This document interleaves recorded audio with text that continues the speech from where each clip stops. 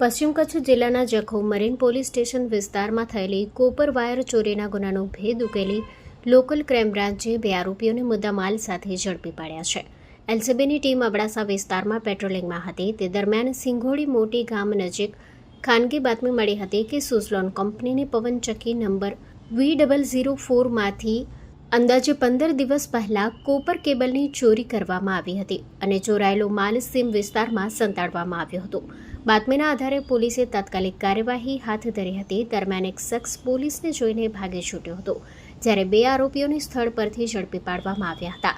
તપાસ દરમિયાન આરોપીઓ પાસે મળેલા સામાન અંગે કોઈ આધાર પુરાવા કે બિલ રજૂ કરી શક્યા ન હતા.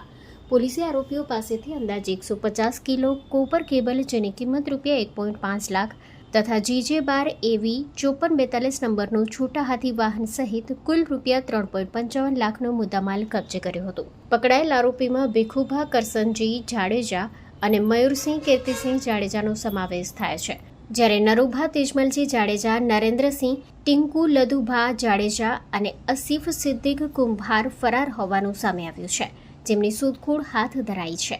Story report by Kiran Gori,